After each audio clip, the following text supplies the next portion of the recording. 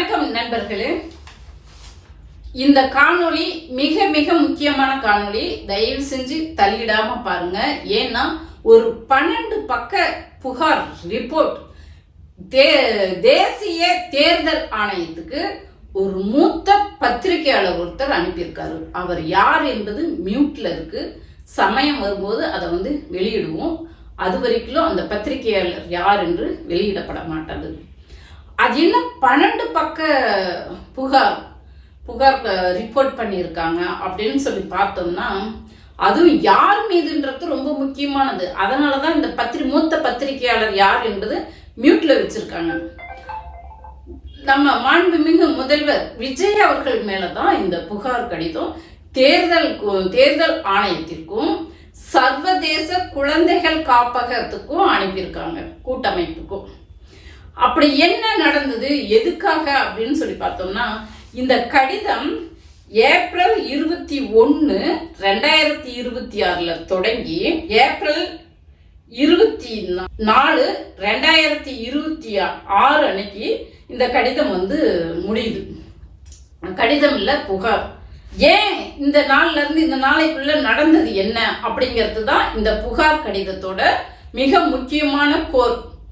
அதாவது இந்த ஏப்ரல் 21 சென்னையில நடந்த அந்த YMCA மைதானத்துல நடந்த பிரச்சார கூட்டம் தான் மிக முக்கியத்துவம் வாய்ந்ததாக இருக்கு. அந்த கூட்டம் மொத்தமா 35 நிமிடங்கள் ஒளிபரப்பப்பட்டிருக்கு. அதுல 40வது நிமிடம் 30வது செகண்ட் மிக முக்கியமான அண்டர்லைன் போட்டு கோடு போட வேண்டிய அந்த முக்கியமான நிமிடங்கள். அதுல 64 செகண்ட் பேசின அந்த பேச்சுக்கள் தான் இப்ப சர்ச்சையாயிருக்கு. அது என்ன 64 செகண்ட் என்ன பேசியிருப்பாரு என்று சொல்லி பார்த்தோம்னா, நாம இது குறித்து ஏற்கனவே காணொளி பண்ணியிருக்கோம். அந்த குழந்தைகளை வச்சு, அதாவது ஓட்டு போடுறதுக்கு தேர்வாகாத சின்ன குழந்தைகளை வச்சு அவர் ஒரு பிரச்சாரம் பண்ணார் இல்லையா? என்ன சொல்லி, குழந்தைகளே, உங்க விஜய மாமா கேக்குறேன், நீங்க எனக்கு உங்க அப்பா அம்மா கிட்ட, அண்ணன் தம்பி கிட்ட, தங்கச்சி, சித்தி, சித்தப்பா கிட்ட எல்லாத்துக்கிட்டையும் போய் நீங்க இந்த விஜய் மாமாவுக்கு விசில் சின்னத்துல வாக்கு செலுத்த சொல்லி கேளுங்க. நீங்க எப்படி உங்களுக்கு ஒரு சாக்லேட் வேணும்னாவோ, கிண்டர் ஜாய் வேணும்னாவோ, அல்லது ட்ரெஸ் வேணும்னாவோ அழுது அடம் முடிச்சு கேட்டு சாதிக்கிறீங்கல்ல, அதே மாதிரி யாராவது ஓட்டு போடாம வீட்டுல இருந்தாலும் அவங்க காதுல போய் விசில ஊதுங்க அப்படின்னு சொல்லி சொன்னார் இல்லையா? அதுதான் இப்போ பிரச்சனையாகி இருக்கு. இந்த பத்திரிகையாளர், மூத்த பத்திரிகையாளர் ஒருத்தர் இந்த 12 பக்க ரிப்போர்ட் அதோட சேர்த்து இவர் பேசிய அந்த வீடியோ தொகுப்புகள் ஆதாரத்தோட குழந்தைகள் காப்பகத்துக்கும் தேர்தல் ஆணையத்துக்கும், மாநில தேர்தல் ஆணையம் இல்லைங்க, தேசிய தேர்தல் ஆணையத்துக்கு அனுப்பியிருக்காரு.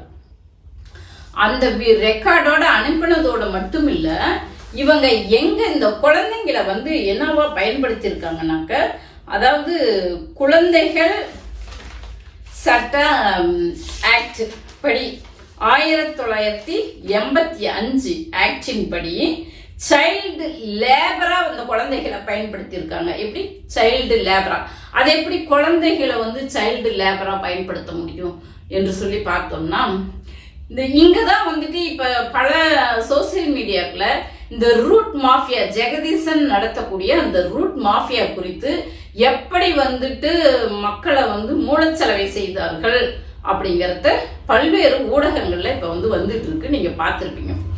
அப்போ இவர் பேசினது அந்த காணொளி இந்த 21 பேசுறாரு. இவர் பேசினதுக்கும் இந்த குழந்தைகளுக்கு, இந்த குழந்தைங்க தானாக தன்னெழுச்சியாக விஜய் மாமா இப்படி சொல்லிட்டாரு, அதனால நான் ஓட்டு கேட்கிறேன் விஜய் மாமாவுக்கு, எனக்கு ரொம்ப பிடிக்கும் அப்படின்னு சொல்லிட்டு குழந்தைங்க தானாக இது எதையுமே செய்யலங்கிறாரு அந்த பத்திரிகையாளர்.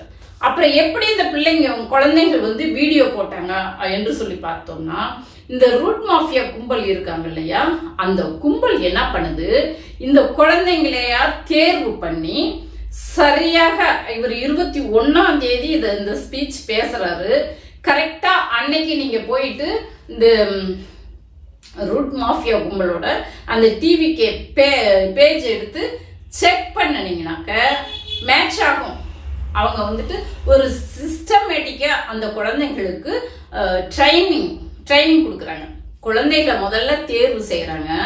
அந்த குழந்தைகள் எப்படி பேசணும், எப்படி அழணும் அப்படின்னு சொல்லிட்டு ட்ரைனிங் கொடுக்குறாங்க.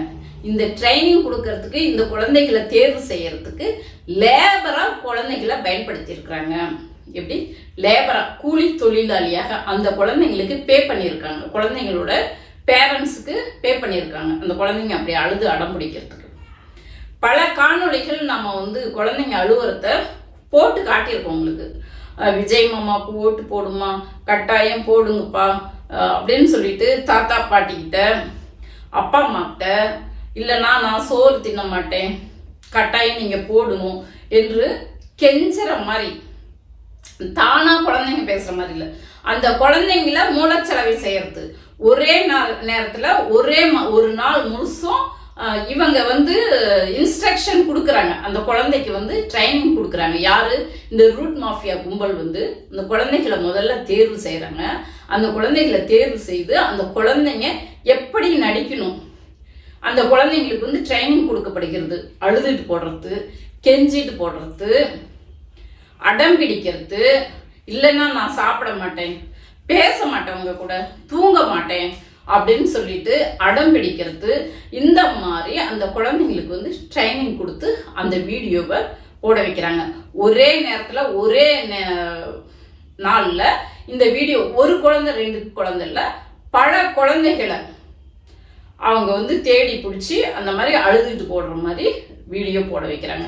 அப்போ இந்த குழந்தைங்களை வச்சு மூலச்சலவை செய்யறாங்க. மக்களை மூலச்சலவை செய்து இந்த மாதிரி முறைகேடு பண்ணி வெற்றி பெற்றிருக்கிறாரு என்று சொல்லி ஒரு 7 பாயிண்ட் முன் வைக்கிறாங்க.